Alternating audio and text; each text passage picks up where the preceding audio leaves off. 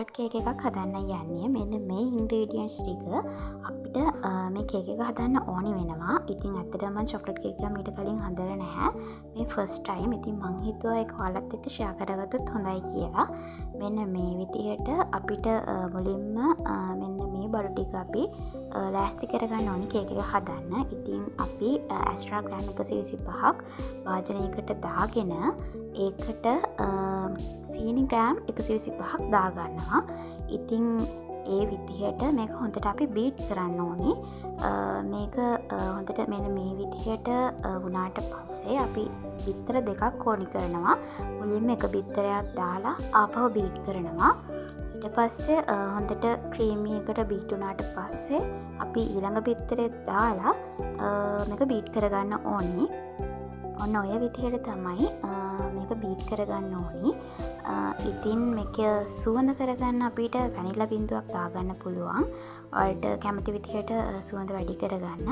ඉතින් ඒත් එක්කම අපි පාම් පිටි වලට බේකින් පවුඩර් සහ චොක්ලට් පවුඩර් එකතු කරලා මේ ටික හොඳට මික්ස් වෙන්න අපි වෙනවම ඒ ටික හලා ගන්න ඕනේ. ඒ කියන්නේ මේක මෙහෙම කරන්න මේ ටික හොඳට මික්ස් වෙන්න.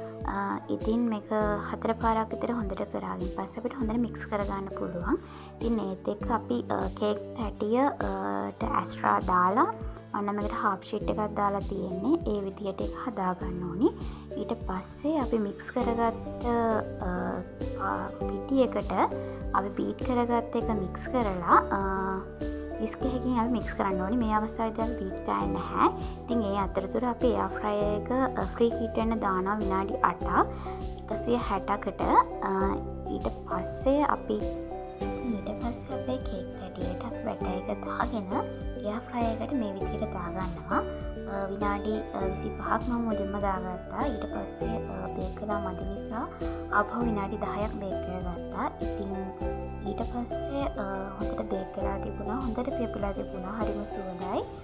හරිම රස කේක් එක මෙන්න මේ විදිහට පහසුවෙන් මට හදාගන්න පුළුවන් වුණා. ඉතින් ඔයාලා try කරලා බලන්න. ඉතින් කේක් එක හැම නිවෙන්න තියලා මම පහවදා මේක අයිසින් කරා. මෙන්න මේ විදිහට තමයි මම ලස්සනට මගේ කේක් එක හැඩ කරගත්තේ. ඉතින් අතරම ෆස්ට් ටයිම් තමයි මේ විදිහට බර්ත්ඩේ කේක් එකක් හැදුවේ. කොහොම හරි ලස්සනටම කේක් එක මට හදාගන්න පුළුවන් වුණා. ඉතින් හරිම ලේසියි. ඔයාලා මේක try කරලා බලන්න.